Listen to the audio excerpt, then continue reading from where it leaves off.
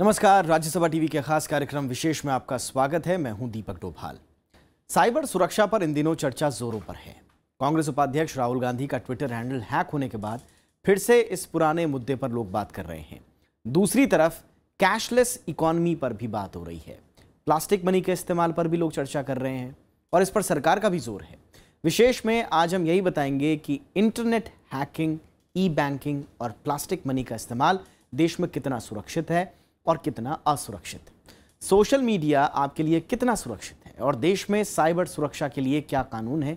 साथ ही ये भी बताएंगे कि कैसे ई बैंकिंग और अपने दूसरे इंटरनेट प्रोफाइल को आप सुरक्षित बना सकते हैं। ये हम इसलिए बोल रहे हैं क्योंकि हम कैशलेस इकोनॉमी में कदम रखने वाले हैं, सरकार की माने तो। इसलिए ये सुरक्षा बहुत ज़रूरी है आप और हमारे लिए। तो शुरू करते हैं आज का विशेष।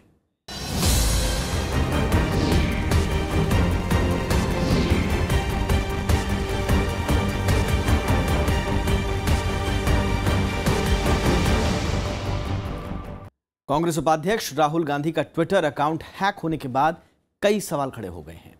राहुल जैसी बड़ी राजनीतिक शख्सियत का अकाउंट हैक होने के बाद आम लोगों में भी हैकिंग को लेकर संदेह बढ़ गया है। फिलहाल पुलिस और सूचना प्रौद्योगिकी विभाग मामले की जांच में जुटे हुए हैं। आईपी एड्रेस के जरिए पुलिस दोषियों तक पहुंचने की कोशिश कर रही है। कांग्रेस ने जहां साइबर सुरक्षा पर सवाल उठा दिए हैं तो सरकार ने इसे और मजबूत करने की बात कही है। यानी कि सरकार ने कहा है कि वो इसमें जो मौजूदा कानून है उनको और मजबूत करेगी। बुधवार शाम कांग्रेस उपाध्यक्ष राहुल गांधी के ट्विटर अकाउंट से एक के बाद एक आपत्तिजनक ट्वीट जारी होने शुरू हुए। इससे पहले कि कोई कुछ समझ पाता, 5 मिनट के भीतर करीब 7 ट्वीट सोशल मीडिया पर वायरल हो गए। राहुल गांधी की आईटी सेल तुरंत हरकत में आई और मोर्चा संभाला। लेकिन तब तक यह साफ हो चुका था कि राहुल गांधी का Twitter handle @office of RG hack हो चुका था। राहुल के इस हैंडल के 12 लाख से ज्यादा फॉलोअर्स हैं। लेकिन हैकर्स ने राहुल ही नहीं, पूरी कांग्रेस के साइबर स्पेस पर सर्जिकल स्ट्राइक की तैयारी की हुई थी। राहुल गांधी के ट्विटर अकाउंट के बाद गुरुवार सुबह कांग्रेस का ट्विटर अकाउंट भी हैक हो गया। पार्टी की ओर से यह भी दावा किया गया कि गुरुवार को कांग्रेस उपाध्यक्ष का ईमेल अकाउंट भी हैक हुआ है। कांग्रेस ने इसके पीछे सरकार को ही कटघरे में खड़ा कर दिया। कांग्रेस ने विपक्ष की आवाज दबाने का आरोप लगाया और साइबर सुरक्षा को लेकर सवाल खड़े कर दिए। अगर आप ट्विटर जैसे प्राइवेट कन्वर्सेशनल प्लेटफॉर्म की सिक्योरिटी सुनिश्चित नहीं कर सकते, अगर उसमें भी अभद्र और गाली गलौज की भाषा होगी, तो डिजिटल ऑनलाइन पेमेंट की सिक्योरिटी का क्या होगा? क्या पूरे देश का पैसा, पूरा बैंकिंग प्रणाली आज खतरे में नहीं? कांग्रेस ने पुलिस में अकाउंट हैक होने की शिकायत दर्ज कराई। इसके बाद दिल्ली पुलिस ने FIR दर्ज कर ली और सोशल मीडिया साइट से पुलिस ने पूरा ब्यौरा मांगा। दिल्ली पुलिस ने राज्यपाल नजीब जंग को राहुल गांधी और कांग्रेस पार्टी का अकाउंट हैक किए जाने की जानकारी भी दी। जो कंप्लेंट दाखिल हुआ है, दर्ज हुआ है और उसके बेस पर हमने FIR दर्ज करके इन्वेस्टिगेशन शुरू कर दी। डिटेल सारी एजेंसी से हम डिटेल्स ले रहे हैं या जो भी कंसर्न ऑर्गेनाइजेशन है उनसे मैं डिटेल हम लोग इकट्ठा कर रहे हैं। इस बीच सूचना प्रौद्योगिकी मंत्रालय ने भी ट्विटर कंपनी से पिछले 1 सप्ताह की पूरी जानकारी मांगी। हम देश के पूरे डाटा सिक्योरिटी सिस्टम को और मजबूत कर रहे हैं और हम पूरे आश्वस्त हैं। कई बार इस तरह के कार्यक्रम अगर होते हैं तो सख्त कार्रवाई की जाती है और की जाएगी। जानकारों का कहना है कि देश डिजिटल इकोनॉमी की तरफ बढ़ रहा है, इसलिए साइबर सुरक्षा के लिए नए कानून बनने चाहिए। भारत का सूचना प्रौद्योगिकी कानून वो बहुत इफेक्टिव नहीं है। अधिकांश साइबर क्राइम्स को जमानती अपराध घोषित करता है और जितने भी साइबर क्रिमिनल्स हैं उन्हें ये एक परिकल्पना हो गई है कि आप भारतवर्ष में साइबर क्राइम कर लीजिए, मेरा कुछ नहीं होने वाला है। कांग्रेस पार्टी और राहुल गांधी का अकाउंट हैक कर इससे आपत्तिजनक ट्वीट किए गए। राहुल गांधी के ट्विटर अकाउंट को उनका ऑफिस चलाता है। Bureau report, Rajya Sabha TV. अब बात नोटबंदी की, क्योंकि नोटबंदी के बाद देश में कैशलेस इकोनॉमी और वर्चुअल कैश जैसी चीजों की चर्चा आम है। डिजिटल इकोनॉमी के बहुत सारे फायदे भी गिनाए जा रहे हैं, लेकिन इसमें साइबर सिक्योरिटी को लेकर बहुत सारे सवाल अभी बाकी हैं। बैंकों और सरकार के लिए लोगों के पैसे की सुरक्षा सबसे बड़ी चुनौती है, लेकिन इसे लेकर अभी तक कुछ खास जानकारी नहीं दी गई है। नोटबंदी के फैसले के बाद सरकार अब कैशलेस इकोनॉमी की बात कर रही है। लोगों को डिजिटल लेन देन, प्लास्टिक मनी, ऑनलाइन भुगतान जैसी बातें समझाई जा रही हैं, सरकार का मानना है कि इसके जरिए देश में होने वाले तमाम लेन देन सरकार की नजर में रहेंगे। गैर कानूनी गतिविधियों के लिए होने वाले भुगतान पर रोक लगेगी और काला धन जमा करना तकरीबन नामुमकिन हो जाएगा। लेकिन टेक्नोलॉजी के इस्तेमाल के साथ देश में साइबर क्राइम भी काफी बढ़ा है। इसका शिकार पढ़े लिखे लोग भी होते रहे हैं। कैशलेस जब भारत जाता है तो कैशलेस केवल डिजिटल माध्यम पर ही जा सकता है। डिजिटल माध्यम की हम बात करते हैं, मोबाइल्स की बात करते हैं, तो उनके साथ सीधा जुड़ा सवाल आता है साइबर सुरक्षा को लेकर। कारण ये है कि आज जितने सारे साइबर क्रिमिनल्स हैं वो अपनी आंखें गड़ाए बैठे हैं कि जैसे जैसे भारत कैशलेस जाएगा वैसे वैसे हम उनके कैशलेस नेटवर्क को टारगेट करना चाहेंगे। डिजिटल इकोनॉमी में सबसे बड़ा जोखिम डेबिट और क्रेडिट कार्ड धारकों का डेटा सुरक्षा रखने को लेकर है। डेटा चोरी होने पर इसके दुरुपयोग की पूरी गुंजाइश है। इसके जरिए फिर कहीं भी पेमेंट किया जा सकता है। हालांकि गलत लेन देन के मामलों में बैंक ग्राहकों को डेबिट या क्रेडिट कार्ड ब्लॉक करने या उसका पिन बदलने की सुविधा देता है। मोबाइल पर SMS और वन टाइम पासवर्ड जैसी सुविधाएं भी हैं। लेकिन अशिक्षित किसान, गरीब मजदूर और तकनीक की समझ न रखने वाले बुजुर्गों और महिलाओं के साथ चोरी और धोखाधड़ी का खतरा बना रहता है। लोगों में जागरूकता हमें दिलानी पड़ेगी। अगर ज़्यादा से ज़्यादा भारतीय कैशलेस जा रहे हैं तो उन्हें बताना पड़ेगा कि साइबर सुरक्षा भी उनका दायित्व है, सरकारी का दायित्व अलोन नहीं है और हम सबको अपना छोटा छोटा योगदान देना पड़ेगा। NCRB के आंकड़ों के मुताबिक देश में पिछले 10 साल में साइबर क्राइम में 14 गुना बढ़ोतरी हुई है। देश में साइबर अपराध सालाना 107% की दर से बढ़ रहा है। 2015 में साइबर क्राइम से जुड़ी तादाद 3 लाख से ज्यादा थी। इसका शिकार अनपढ़ों के साथ साथ पढ़े लिखे लोग भी हुए। 2014-15 में ATM, क्रेडिट डेबिट कार्ड और नेट बैंकिंग से जुड़े अपराधों के कुल 11,997 मामले दर्ज किए गए। अक्टूबर में हमने देखा कि 65 लाख ATM कार्ड्स भारत में इंपैक्ट हो गए क्योंकि वहां पर डेटा सिक्योरिटी ब्रीच हो गई थी। इस संदर्भ को देखते हुए मुझे लगता है कि भारत को पुनः से फ्रेश कदम उठाने पड़ेंगे, न केवल कानूनी मान्यता प्रदान करने के लिए डिजिटल पेमेंट्स और मोबाइल पेमेंट्स को लेकर, लेकिन साथ ही साथ उनकी साइबर सुरक्षा को ज़्यादा प्रबल बनाने के लिए। अक्टूबर 2016 में अलग अलग बैंक के करीब 32 लाख डेबिट कार्ड धारकों के डेटा चोरी का खुलासा हुआ। लोगों के खाते से रकम निकलने लगी तो इसका पता लगा। इसमें मास्टर कार्ड, वीजा और रुपए पेमेंट से जुड़े कार्ड शामिल हैं। इसके बाद स्टेट बैंक को ही करीब 6 लाख डेबिट कार्ड ब्लॉक करने पड़े। इतने बड़े डेटा चोरी के खिलाफ FIR तक दर्ज नहीं हो पाई है। डेटा चोरी के अलावा भी कैशलेस इकोनॉमी की कई और चुनौतियां हैं। देश में कुल डिजिटल लेन देन का करीब 60% मोबाइल फोन के जरिए होता है। NCRB के मुताबिक 2014 में सिर्फ दिल्ली में ही 37,878 मोबाइल फोन चोरी हुए। भारत को अपने जो बैंकिंग और फाइनेंशियल प्रणाली की जो सिस्टम्स हैं उनको सशक्त करने की ज़रूरत होगी। और अगर आप स्पष्ट तौर पर देखें तो हम पाएंगे कि कैशलेस जाने के लिए न केवल आपको डिजिटल पेमेंट्स की बात करनी पड़ेगी, बल्कि साथ ही साथ आपको मोबाइल पेमेंट्स को भी ध्यान में रखना पड़ेगा। देश में स्मार्टफोन रखने वालों की तादाद करीब 20 करोड़ है। स्मार्टफोन का बाजार काफी तेजी से बढ़ रहा है, लेकिन मोबाइल इस्तेमाल करने वाले बहुत से लोग खुद स्मार्ट नहीं बन पा रहे हैं। देश की साक्षरता दर फिलहाल 75.06 है, यानी 1/4 आबादी अभी भी अनपढ़ है।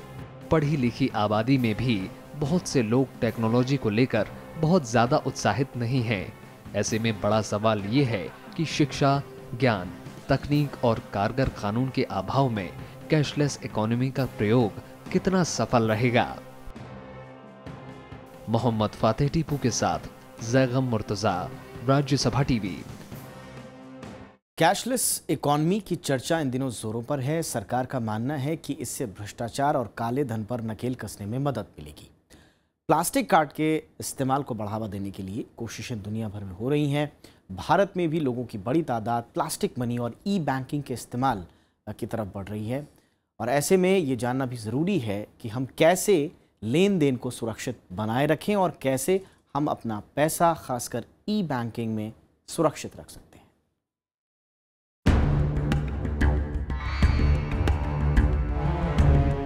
ज्यादा दिन नहीं हुए जब भारत में एटीएम पिन चोरी का बड़ा मामला सामने आया था। बैंकों को शक था कि करीब 32 लाख एटीएम पिन चोरी हो गए। आनन फानन में एसबीआई ने 6.25 लाख एटीएम कार्ड बंद कर दिए। कई कार्ड धारकों को इसका पता तब चला जब कार्ड ब्लॉक हो गए। इसके बाद ये मुद्दा जोर शोर से उठा कि कैसे एटीएम से लेकर ई बैंकिंग तक का सुरक्षित इस्तेमाल किया जाए। एटीएम का इस्तेमाल करने से पहले कुछ चीजों का पता होना चाहिए। जब भी आप एटीएम में जाएं, तो इस बात का ख्याल रखें कि एटीएम का स्कीमर यानी जिसमें कार्ड फंसाया जाता है वो कहीं ज्यादा उभरा तो नहीं। अगर वो ज्यादा उभरा है तो आपके कार्ड की जानकारियां चोरी हो सकती हैं। इन दोनों तस्वीरों को देखिए, एक में स्कीमर सामान्य है लेकिन दूसरे में ये उभरा हुआ है, यानी इसमें अलग से स्कीमर लगाया गया है। आप जैसे ही इसमें कार्ड डालेंगे, हैकर्स के पास कार्ड की सारी जानकारियां चली जाएंगी। इसके बाद वो आपके बैंक से लेन देन करने को आजाद रहेगा। यही नहीं, जब भी आप एटीएम से पैसे निकालने जाएं, तो यह जरूर देखें कि कीबोर्ड के ऊपर कहीं कोई छोटा सा कैमरा तो नहीं लगा। कई बार हैकर्स अपना काम आसान बनाने के लिए आपके पिन की तस्वीरें खींच लेते हैं। आप जैसे ही अपना पिन डालते हैं, हैकर्स उसे आसानी से कैमरे के जरिए कैद कर लेता है। इसलिए आमतौर पर जब भी एटीएम से पैसे निकालें, हाथ का ओट लेकर पिन नंबर दर्ज करें ताकि उसे कैमरे की नजर से बचाया जा सके। जब आप एटीएम यूज़ करें तो उसको अल्टीमेटली लास्ट में क्लोज कर दें, कैंसिल कर दें, वो सब चीज़ें ध्यान रखें। आप किसी दूसरा आदमी अगर आपके पास में खड़ा है तो याद रखें कि भाई उसके सामने मतलब यूज़ ना करें उसको। यही सब चीज़ें हैं। लेकिन हमें अब बाकी सब चीज़ों के लिए भी, जैसे कल को आरटीजीएस में भी, कल आज एटीएम में हुआ, कल हो सकता है कि आरटीजीएस में फंड्स ट्रांसफ़र में कुछ प्रॉब्लम हो जाए, तो अपनी कॉन्फिडेंशियल इन्फॉर्मेशन कभी भी किसी हालत में किसी से शेयर नहीं करनी है। यही नहीं, एटीएम के अलावा भी डेबिट कार्ड के कई इस्तेमाल हैं। शॉपिंग के दौरान जब डेबिट कार्ड से आप पेमेंट करते हैं तो उसके साथ ही कई जानकारियां उनके पास चली जाती हैं। ऐसे में हैकर्स का काम आसान हो जाता है। हमेशा ध्यान रखें कि डेबिट कार्ड से पेमेंट करते वक्त पिन नंबर खुद दर्ज करें। साथ ही इस बात का भी ध्यान रखें कि कार्ड को सिर्फ पेमेंट मशीन में ही स्वाइप किया गया हो और कहीं नहीं। ऐसे में जब भी आप भुगतान के लिए कार्ड दें, खुद जाकर उसका ध्यान भी रखें। बहुत सारी मेल्स आती हैं जिनमें बहुत सारे तरह के प्रलोभन दिए जाते हैं कि आपका इनाम निकल गया, लॉटरी निकल गई, आप अपनी डिटेल दे दीजिए। तो एक तो एज ए कॉमन मैन जो कस्टमर्स हैं बैंक के, जो अकाउंट होल्डर हैं, उनके लिए तो सबसे इम्पोर्टेंट यही है कि वो अपने जो पर्सनल इंफॉर्मेशन है, अपना जैसे अपना नाम, pan card, account, ATM card number है, अपना एड्रेस है, ये सारी चीज़ें जब तक बिल्कुल ऑथेंटिकेट ना हो कि हाँ बैंक ही मांग रहा है ये इन्फॉर्मेशन, तब तक ये बिल्कुल नहीं देनी चाहिए। इंटरनेट बैंकिंग का अगर आप इस्तेमाल करते हैं तो पासवर्ड किसी से साझा ना करें और कोशिश करें कि ईमेल और इंटरनेट बैंकिंग के पासवर्ड एक ना हो। ऐसा होने पर पासवर्ड चोरी की आशंका बढ़ जाती है। फेसबुक और ट्विटर जैसी सोशल नेटवर्किंग साइट्स और इंटरनेट बैंकिंग के पासवर्ड अलग अलग रखें। कभी भी इंटरनेट बैंकिंग का यूजर नेम और पासवर्ड संभाल कर ईमेल पर ना रखें, और अगर रखें तो बीच बीच में ईमेल का पासवर्ड बदलते रहें।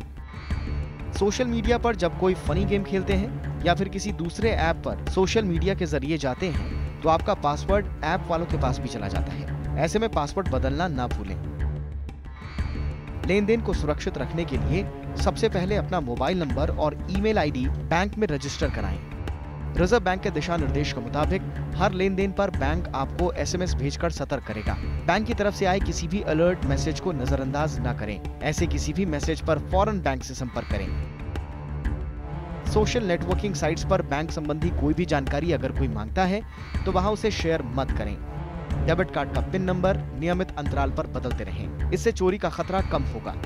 पेमेंट के बाद अगर कोई आपको कार्ड लौटाता है तो एक बार जरूर देख लें कि वो आपका ही कार्ड है या कोई दूसरा कार्ड लौटाया गया है।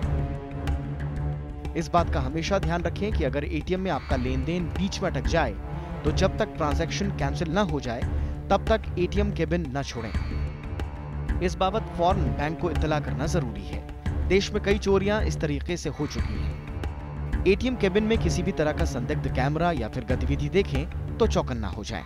मोहम्मद फातेह टीपू के साथ ब्यूरो रिपोर्ट, राज्यसभा टीवी।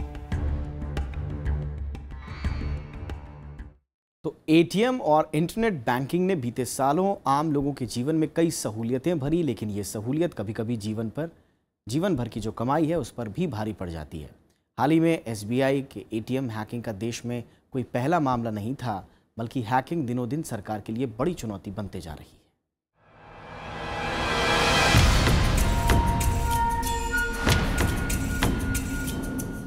है। एटीएम कार्ड हो, स्मार्टफोन या इंटरनेट, ई बैंकिंग ने हर लेन देन से जुड़ी सुविधाएं आपकी जेब तक पहुंचा दी हैं।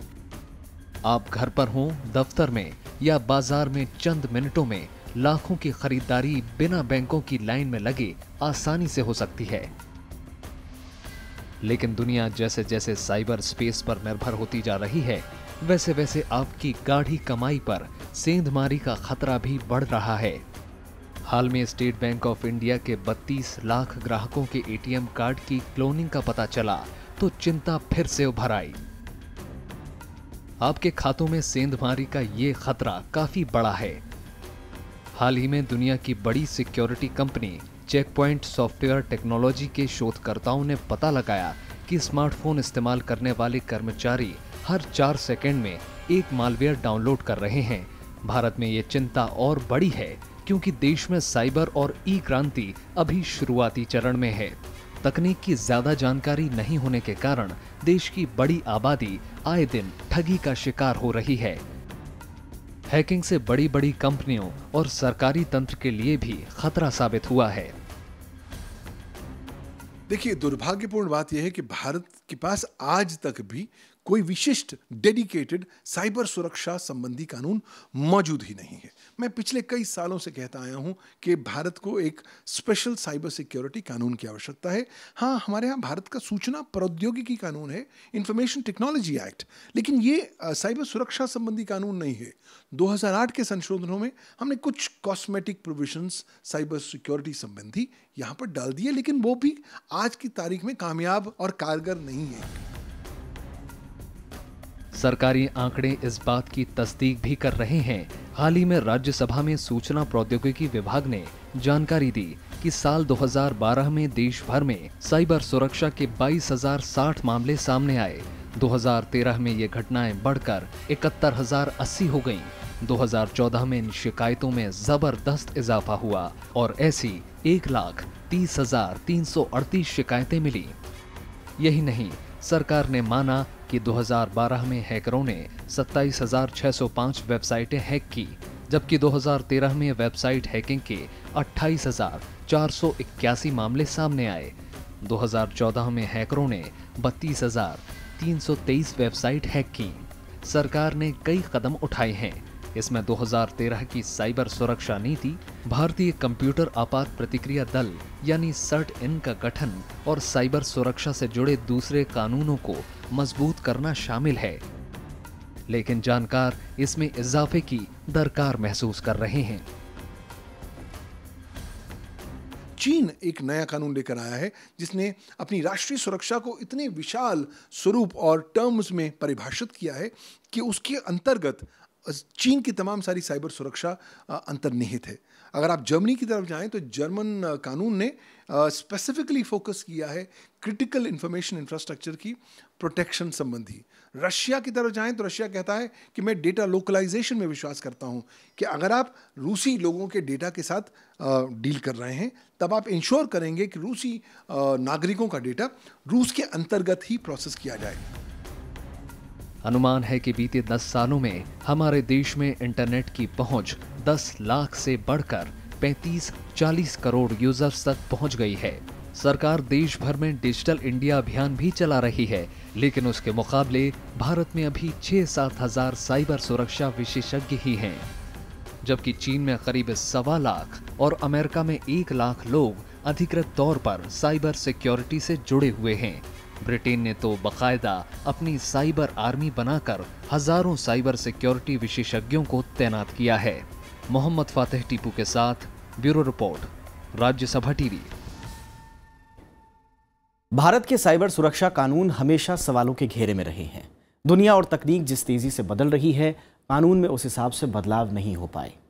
फिलहाल देश में जो कानून हैं वो साइबर अपराध रोकने और दोषियों को सजा दिला पाने के लिए नाकाफी हैं। जाते जाते हमारी ये खास रिपोर्ट देखिए। हमें इजाजत दीजिए। नमस्कार। हाल के दिनों में साइबर अपराधों में तेजी से इजाफा हुआ है। अपराधी हर रोज नेटवर्क हैक करने और महत्वपूर्ण सूचनाएं चुराने के लिए नए नए तौर तरीके अपना रहे हैं। इससे निपटने के लिए दुनिया भर में सर्विलांस सिस्टम मजबूत किए जा रहे हैं। साइबर अपराधों से निपटने के लिए दुनिया भर की सरकारों ने अपने कानूनों में न सिर्फ बदलाव किए हैं बल्कि इन्हें लगातार मजबूत किया जा रहा है। साइबर निगरानी से जुड़े लोग बदलते वक्त और अपराधियों के तौर तरीकों के हिसाब से नए तौर तरीके इजाद कर रहे हैं, लेकिन भारत में इसे लेकर कोई खास उत्साह नहीं है। भारत में कोई साइबर सुरक्षा को लेकर विशिष्ट कानून विद्यमान मौजूद ही नहीं है, और यही मैं पिछले कई सालों से बोलता आया हूं कि अगर भारत एक आईटी सुपर पावर बनना चाहता है तो उसको अपनी एक स्पष्ट डेडिकेटेड साइबर सिक्योरिटी कानून लाना पड़ेगा। साइबर कानून के दायरे में कंप्यूटर, इंटरनेट और साइबर स्पेस आते हैं। नागरिक सूचनाओं की चोरी, साइबर उत्पीड़ना, औद्योगिक जासूसी, फ्रॉड भुगतान और अनाधिकृत लेन देन जैसे अपराध साइबर कानून की नई चुनौतियां हैं। भारत में इससे निपटने के लिए 2000 में आईटी एक्ट बनाया गया। इसके जरिए भारतीय दंड संहिता 1860, भारतीय साक्ष्य अधिनियम 1872, बैंकिंग साक्ष्य कानून 1891 और रिजर्व बैंक अधिनियम 1934 में भी जरूरी बदलाव किए गए। 2008 में आईटी एक्ट में संशोधन किया गया, लेकिन तब से तकनीक और अपराध करने के तरीके लगभग पूरे तरीके से बदल चुके हैं। हमारे पास भारत का सूचना प्रौद्योगिकी कानून है जिसका हमने संशोधन 2008 में किया था। संशोधनों में हमने साइबर सुरक्षा की परिभाषा तो डाल दी, लेकिन कुछ कॉस्मेटिक प्रोविजंस डाल दिए। वो हमने बात की थी 2008 में। फिलहाल आईपीसी की धारा 503 के तहत ईमेल के जरिए धमकी भरे संदेश भेजना अपराध है। आईपीसी की धारा 499 के मुताबिक किसी भी मानहानि की भावना से भेजे गए ईमेल अपराध की श्रेणी में है। फर्जी इलेक्ट्रॉनिक रिकॉर्ड्स के इस्तेमाल रोकने के लिए आईपीसी की धारा 463 शामिल की गई है। फर्जी वेबसाइट से या साइबर फ्रॉड को धोखाधड़ी से जुड़ी आईपीसी की धारा 420 के दायरे में लाया गया है। चोरी छिपे किसी के ईमेल पर नजर रखने के मामले आईपीसी की धारा 463 के दायरे में हैं। वेब जैकिंग को आईपीसी की धारा 383 के दायरे में, ईमेल का गलत इस्तेमाल को आईपीसी की धारा 500 के दायरे में लाया गया है। इसके अलावा ऑनलाइन दवाएं बेचने से जुड़े अपराध एनडीपीएस एक्ट के तहत सुने जाएंगे, जबकि हथियारों की ऑनलाइन खरीद फरोख्त से जुड़े मामले आर्म्स एक्ट के दायरे में लाए गए हैं। 16 की जमीनी हकीकतें बिल्कुल अलग हैं, और आज जो चुनौतियां सामने आ गई हैं उनको कानून बिल्कुल भी डील नहीं करता। तो आज के संदर्भ में जहां राष्ट्र जैसे चीन और जर्मनी विशिष्ट अपने साइबर सुरक्षा के कानून ले आए हैं, भारत को भी आवश्यकता है कि वो अपना डेडिकेटेड साइबर सिक्योरिटी लॉ लेकर आए। देश में साइबर स्टॉकिंग यानी इंटरनेट पर किसी व्यक्ति का पीछा करना, उसके बुलेटिन बोर्ड पर संदेश भेजना और उसके चैट रूम में जबरन घुस जाना अपराध है। ईमेल बॉम्बिंग यानी किसी व्यक्ति के ईमेल पर उसके अकाउंट को ठप करने की नीयत से भेजे गए असंख्य मेल, डेटा डेडलिंग यानी कंप्यूटर के डेटा को प्रोसेस होने से पहले बदलाव, सलामी अटैक यानी गुपचुप तरीके से आर्थिक अपराध को अंजाम देना या बैंक सर्वर में प्रोग्राम के जरिए थोड़े थोड़े पैसे उड़ाना। लॉजिक बॉम्बिंग किसी विशेष तारीख या घटना के समय के हिसाब से प्रोग्राम टाइम करना और ट्रोजन हॉर्स या वायरस के जरिए कंप्यूटर को नुकसान, डेटा या पैसे की चोरी अपराध की श्रेणी में है। जो भारत की राष्ट्रीय साइबर सुरक्षा नीति है सन 2013 की, वो कागजी घोड़ा बनकर रह गई है। आवश्यकता है उसको आप कार्यान्वित करें। वो कहती है 5 लाख आपको साइबर सिक्योरिटी प्रोफेशनल चाहिए हर साल। भारत 15-20 हज़ार भी नहीं बना पा रहा है प्रति साल। सूचना प्रौद्योगिकी एक्ट की धारा 65 के तहत कंप्यूटर संसाधनों से छेड़छाड़ की कोशिश, धारा 66 के तहत कंप्यूटर में संग्रहित डेटा के साथ छेड़छाड़ कर उसे हैक करने की कोशिश और धारा 66A के तहत संवाद सेवाओं के माध्यम से प्रतिबंधित सूचनाएं भेजने के लिए दंड का प्रावधान किया गया है। धारा 66B में कंप्यूटर या अन्य किसी इलेक्ट्रॉनिक गैजेट से चोरी की गई सूचनाओं को गलत तरीके से हासिल करने के लिए दंड का प्रावधान है। धारा 66C में किसी की पहचान चोरी के लिए दंड का प्रावधान किया गया है। धारा 66F साइबर आतंकवाद के लिए दंड का प्रावधान किया गया है।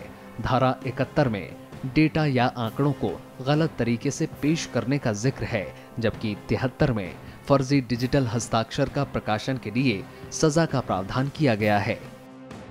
हालांकि इन प्रावधानों की जानकारी न लोगों को है और न ही सही से कानून लागू करने वाले को। मोहम्मद फातिह टीपू के साथ जैगम मुर्तजा, राज्यसभा टीवी।